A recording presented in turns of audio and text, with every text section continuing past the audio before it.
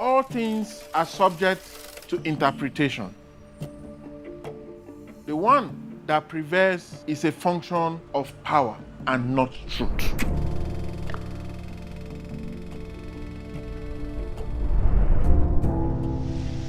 The reason why the world has remained in this perpetual imbalance is because people feel they can use money and manipulate others.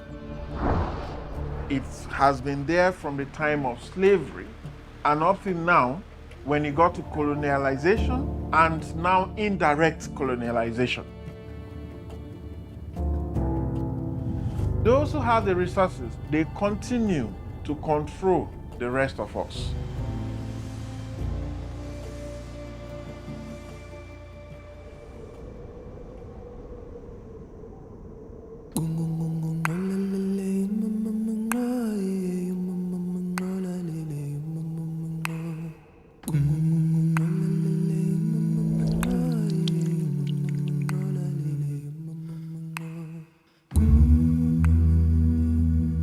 Slowly and surely, we'll make it through.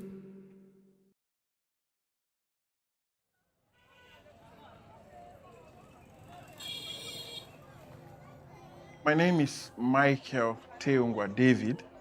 I'm the founder and the executive director of the Global Initiative for Food Security and Ecosystem Preservation.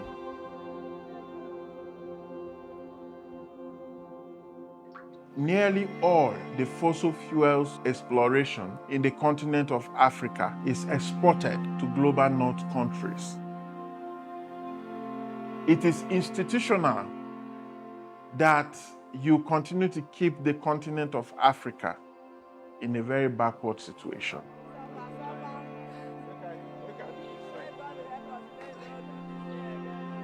I grew up in a rural community, grew up farming, and now a lot of things have changed. How did they plant this one? Not be like this. The science is clear that Africa contributes less than 5% to global climate emission. But we are the most impacted.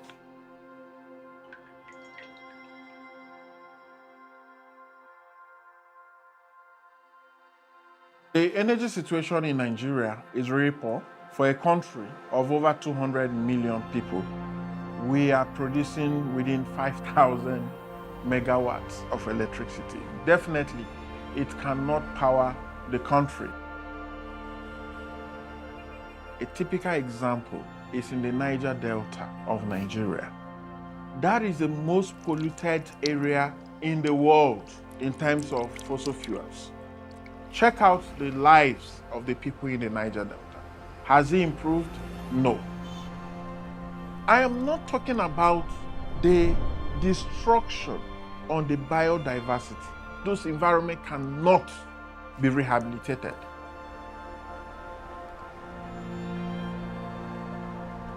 Never again shall this beautiful land experience the oppression by one or another. Our continent is so beautiful. We must preserve this beautiful land that we have. It is our heritage. If we allow the fossil fuels companies to destroy this beautiful land, this heritage that we have, where else would we call home?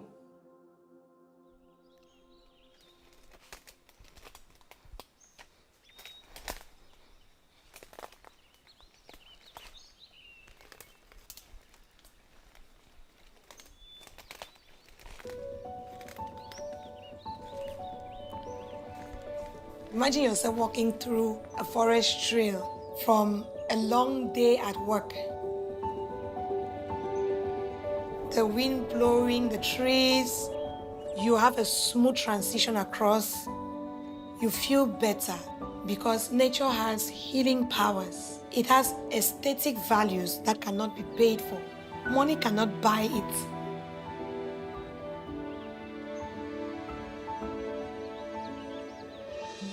But with increasing interest on money, things have gradually changed. Nature is being sold out.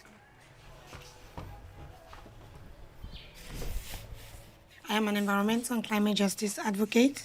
I have over 10 years working within the environmental space with a focus on women and young people in Cameroon.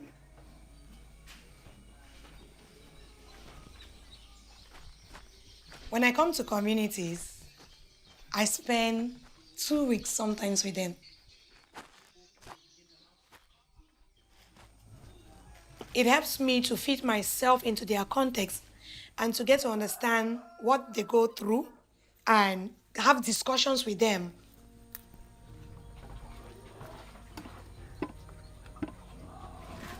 When the oil and gas companies come to Cameroon, they have their agreements with the government. Since they have a higher permission, they go ahead to set up their structures without thinking of the damages that it might cause on the communities. And this has affected crop production, it has affected water, and it has also affected health of community members. One year, some night, we just hear something explode.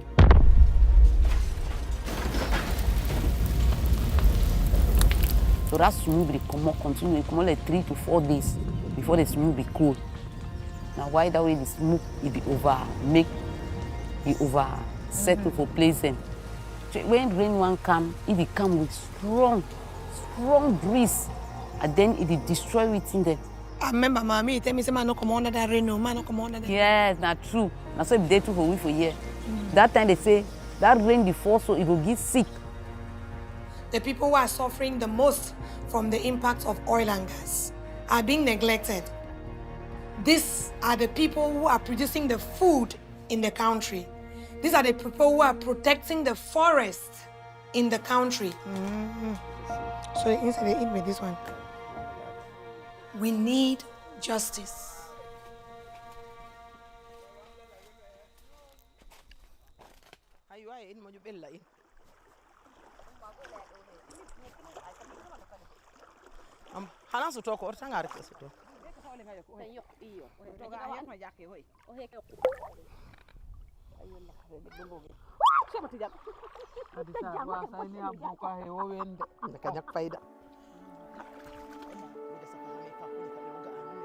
On compte près de 200 îlots dans le delta du Salo.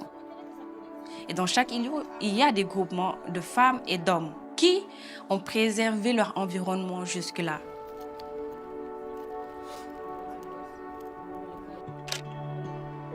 C'est un travail que nous documentons pour voir à quel point le travail qu'elles font peut aider à freiner les effets du changement climatique.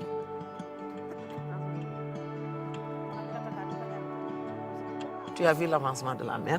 Oui. Tu as vu. Ça, c'était une zone cultivable. Ok. On faisait la riziculture ici. Tout selon. C'était des rizières. Jusqu'ici. Okay. Mais tu as vu, Ouais. avec l'avancement, le changement climatique. On a perdu des terres. Notre zone, on a 45% de terres salées actuellement. Wow. Ouais, on a 45% de terres salées. Je peux dire que les femmes ont perdu peut-être leur côté agriculture. Au sein de l'ONG Lumière Synergie pour le développement, je suis chargée de la communication et du plaidoyer.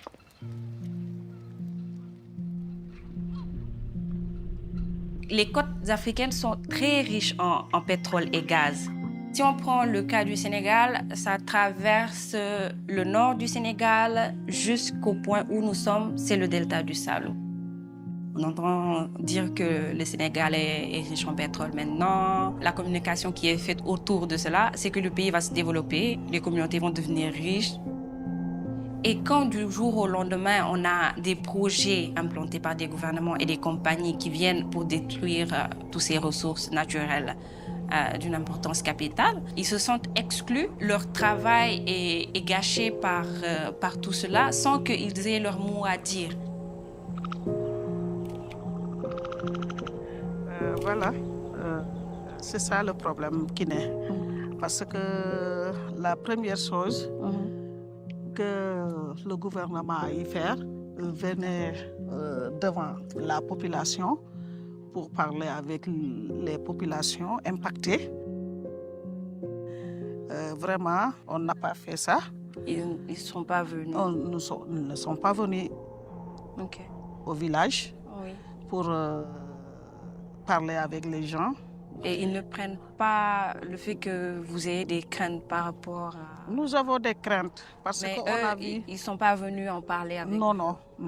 Mais nous avons des difficultés tellement que s'il y a une seule faille sur le pétrole, nous avons des problèmes. Parce qu'on n'est plus... La mer n'aura plus de poissons, ni des huîtres, de moules. Ça va impacter nos activités.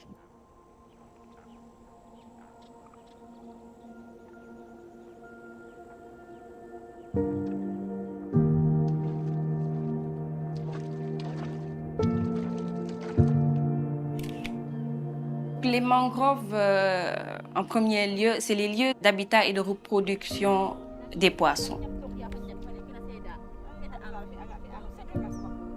Les mangroves préviennent l'avancée de la mer et du coup contre la salinisation des terres agricoles qu'on peut retrouver dans la région. Donc si jamais l'environnement est détruit et les mangroves sont détruites, elles n'auront plus de moyens de subsistance. Donc les deux aspects économiques et environnementaux vont ensemble. C'est sur ces étendues de terre-là que nous voyons que la culture lisière se faisait et c'est là où se trouvait le village bien avant qu'il y ait l'avancée de la mer. Et vu que c'est une île, ça ne va pas s'arranger. Maintenant, si tu ne penses pas à l'après-exploitation du pétrole, comment ton pays pourra s'en sortir dans l'avenir? C'est ça la question.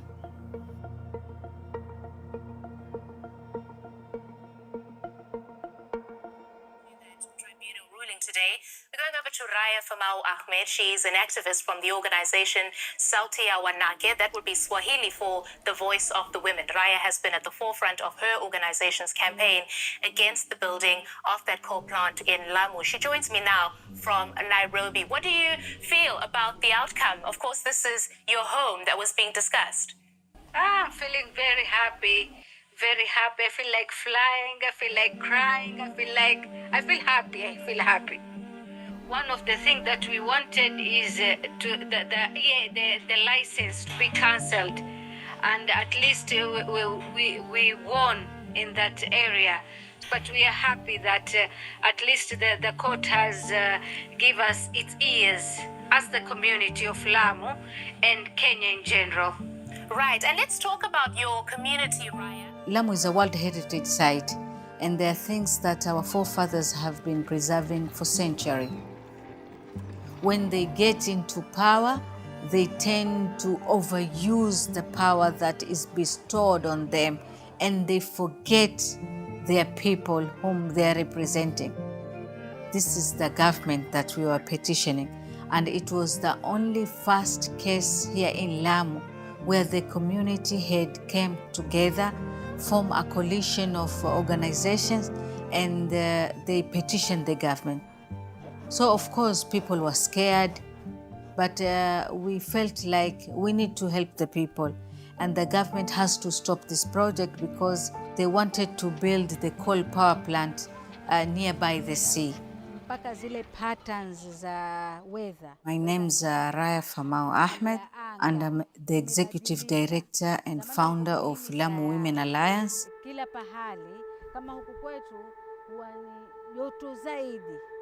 80% of Lamu people depend on the sea. It is the main source of income to a lot of Lamu people. And when you are saying that you want to implement a project that is very destructive, that is going to pour harmful and poisonous substances, as Lamu people, we really said no for that. If they are to bring development, then they need to bring sustainable development. We don't want them to bring projects that will displace people, that will cause harm to the people.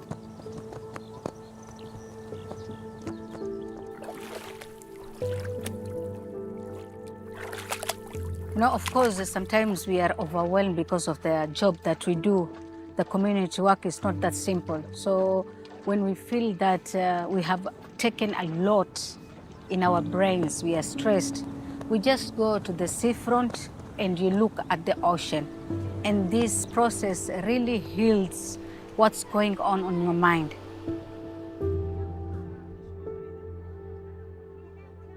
We might lack resources, but we have the courage, the audacity and determination to continue fighting.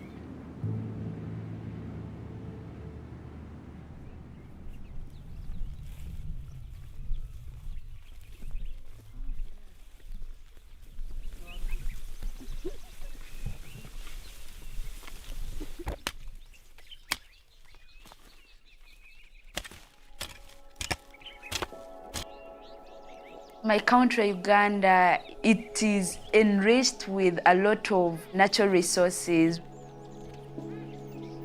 90% of Ugandans depend on agriculture.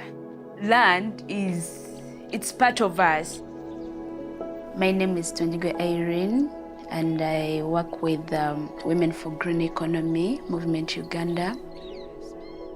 In 2016, it's when the first oil was discovered in Uganda. Before that, everyone was living peacefully. The East African crude oil pipeline, it is going to be the longest heated pipeline from Hoima in Kabale to Tanga in Tanzania. As Ugandans, we are seeing it as a climate change boom because it has increased or contributed to the climate change impacts. Destruction of forests, loss of biodiversity, loss of livelihoods. The government leaders, the oil companies are really enjoying the foreign money, and vulnerable communities and us as communities, we are really suffering the consequences. From 2017, they came, those oil projects, they passed through our land. When they passed through, actually they stopped us from using the land. Like for us, we do cultivate. It's where it is our source of income. When we stopped from using the land, they promised it, we are going to pay you, then you will maybe buy another land. From that year, 2017, some of us, they paid us in this 2023.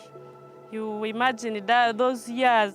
Because for us, we thought, since the project, the oil and gas project has come, we are going to be rich, we are going to buy better lands, big lands, but instead, it is vice versa. We are suffering. Can I say, yes, we are suffering. People now are really crying out to the government and oil companies to come and prove justice to them. It really pains me to find out that the developed countries are really discussing the issues of Africans. Yes, we have our resources, but we are excluded in making decisions on them. Instead of us Africans speaking on our own behalf, speaking with experience, how these fossil fuels are affecting us and what we need as alternatives.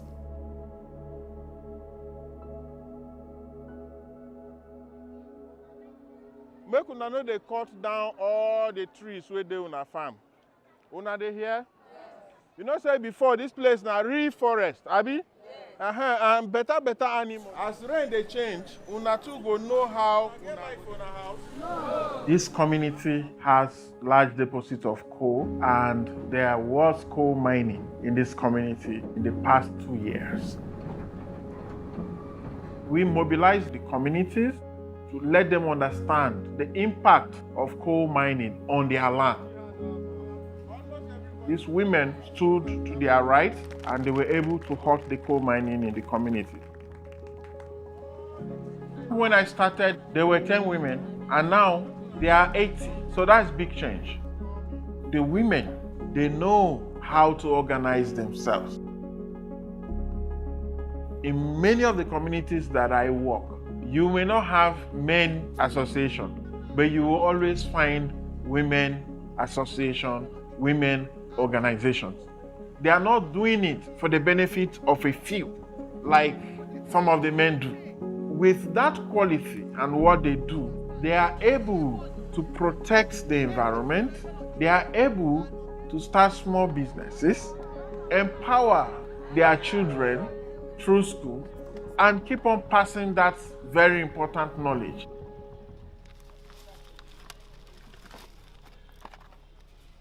What is lacking? Empowering the continent of Africa is finance. And that finance is available. All that is needed is to channel that money from fossil fuels into renewable energy. Renewable energy actually, statistically, scientifically, is improving. That provides more jobs than fossil fuels industry. With the huge population of people without power, you train many people with skills in renewable energy, then you bridge that gap very quickly. One of the things that is lacking to solve climate change is the lack of political will. Before now, it used to be us civil society organizations versus the policymakers. And this results in protests which never yields any results. Another approach is to build that relationship through which we lobby the policymakers to make laws that will help solve the climate crisis.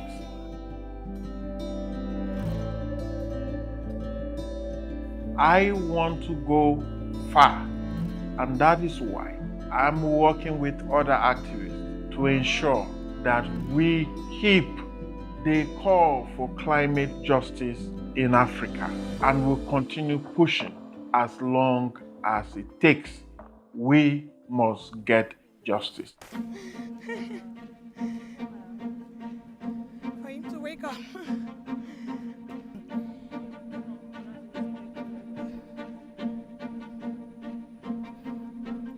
In nature, there is the symbiotic relationship that occurs between all the entities within an ecosystem. We have kept ourselves apart, and that is why our ecosystems are destabilized. Indigenous knowledge has been passed on from one generation to another. To these rural people, life is really simple. They understand how trees relate with water, how trees relate with the atmosphere. That is indigenous knowledge. They understand it. But we bring our big terms, we bring climate change jargons, we bring environmental jargons and tell them indirectly, you don't know nothing. There should be space for them at the table, whether they went to school or not. And their indigenous language, their indigenous knowledge should be appreciated, because it is from there that whatever concepts we have today have been built. Yay! Okay, so we'll plant, these are some plants.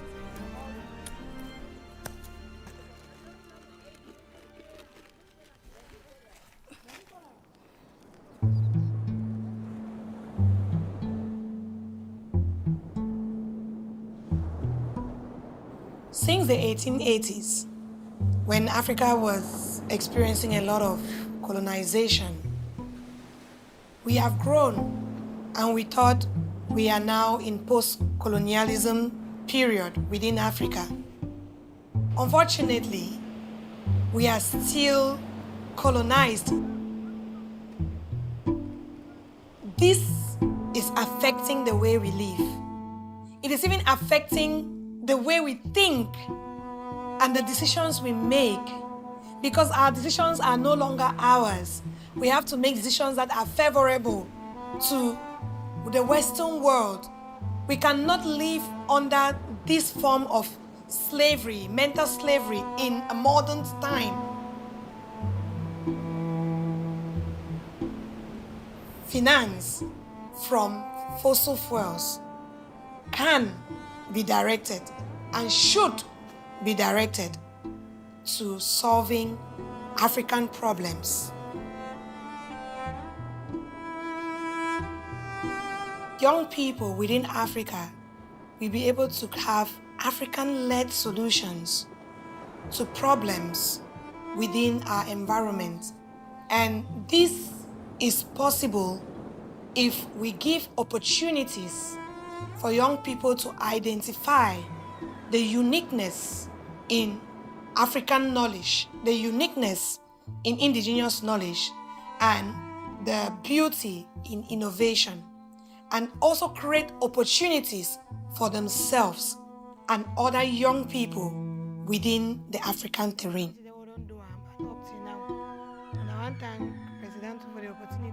We've spoken for too long. We've built a lot of ideas. We have a lot of things stuck up in our heads, but we've not taken enough action. That is why we are all called to use our hands and our hearts to engage in our communities, to engage with nature, to take action, and to make sure we are not just talkers, but action takers.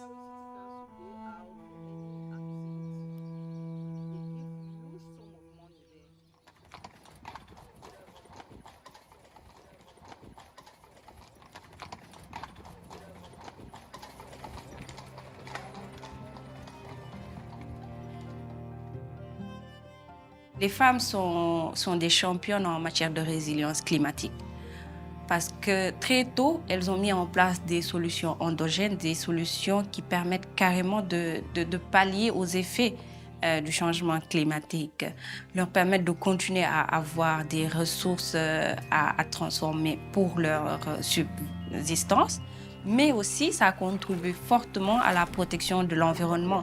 Mais cela ne bénéficie pas seulement aux femmes, cela bénéficie aux communautés entières, cela bénéficie au pays.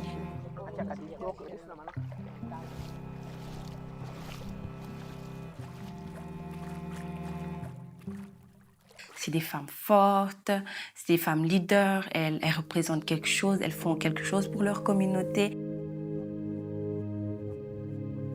Et le fait d'un seul coup de me retrouver dans cet environnement-là, c'est une prise de conscience personnelle pour moi. Être en contact des communautés, les appuyer, vraiment les accompagner à s'affirmer quand il est question de combat pour le respect de leurs droits.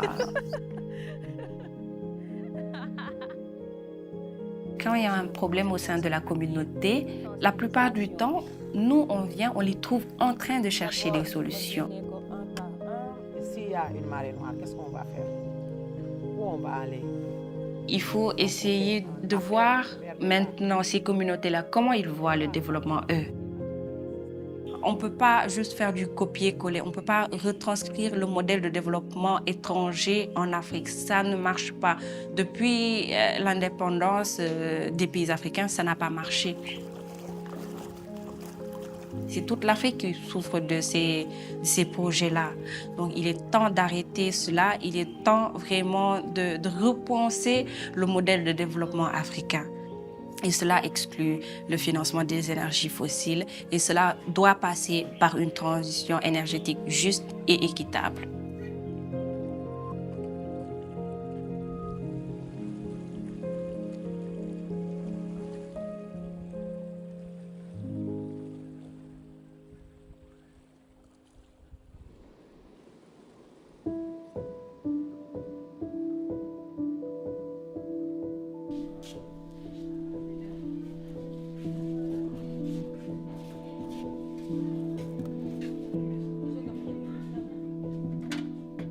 Historically, the voice of the women have not been heard.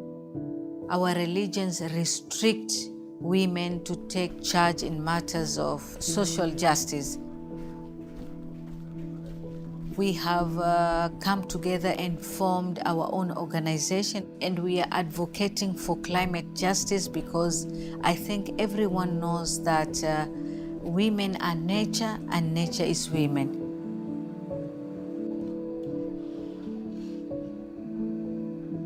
I've invited 60 women to come here and talk about climate issues.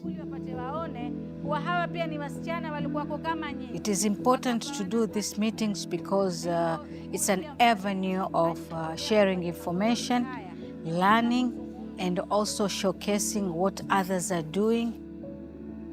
When you bring women together, they learn so that they can fully participate and make informed decisions.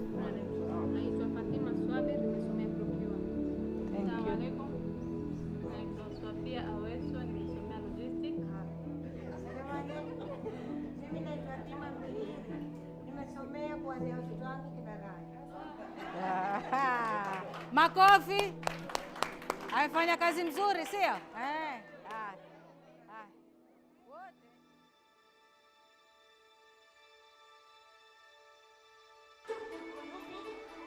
We are at a place called Lamu Polytechnic. This is a village polytechnic where our youth come here to learn about skills of doing business.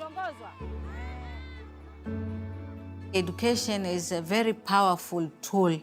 It's a change agent. And each and every person should get access to education. It is very important for them to witness themselves with their own eyes that if you want it, then you can make it.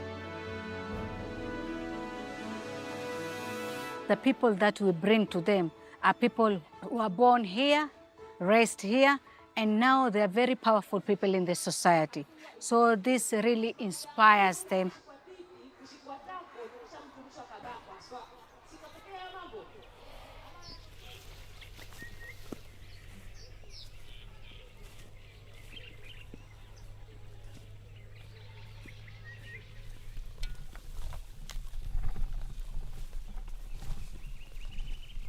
Catching up with the situation, it is really so tiresome when you are doing it alone as a woman. We made sure that they come together as a corrective, they come together as a movement. They cannot fight this battle alone.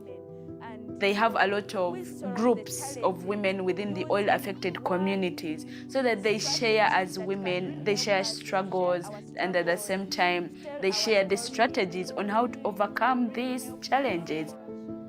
We train women to know that they have a voice. They know their environmental and land rights. My hope is to really empower them to remain strong and to give them skills to start up their environmental friendly businesses that can really empower them financially. And empowering a woman financially doesn't mean that you are empowering only a woman. You are empowering the community. You are empowering the country at large. Whether we speak and speak and speak, we are not going to gain anything.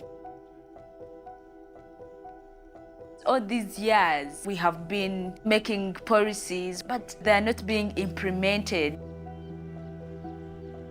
What I really want to see now is actions. This is the time for us as Africans to really transit from the fossil fuels economy to regenerative economy.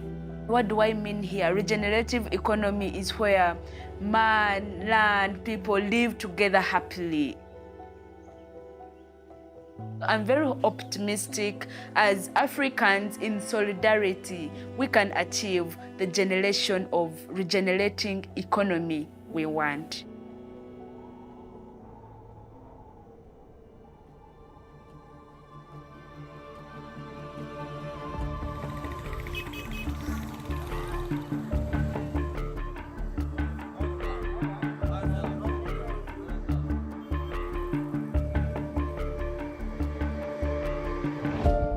You have the power to change everything about yourself.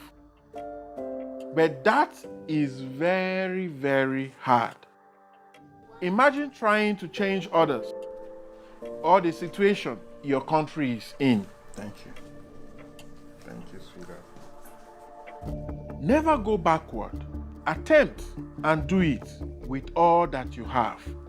When you start to develop empathy and imagination, the whole world opens for you.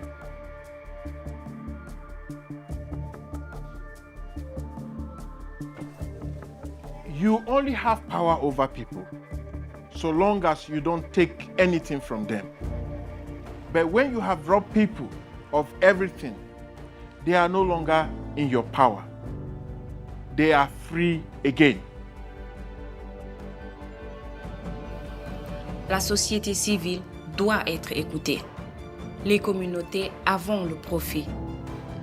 Power is not a blessing in itself, except when it is used to protect the vulnerable.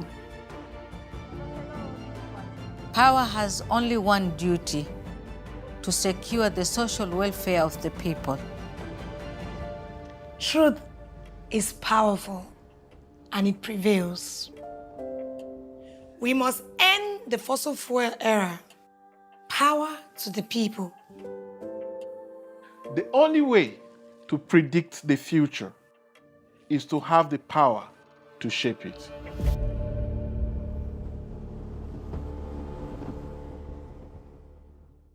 Don't be afraid. After the darkness is light. So don't you be afraid. When it comes the long night.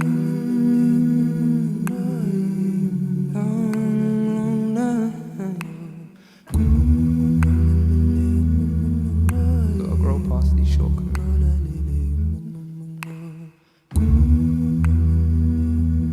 And slowly and surely, we'll make it through.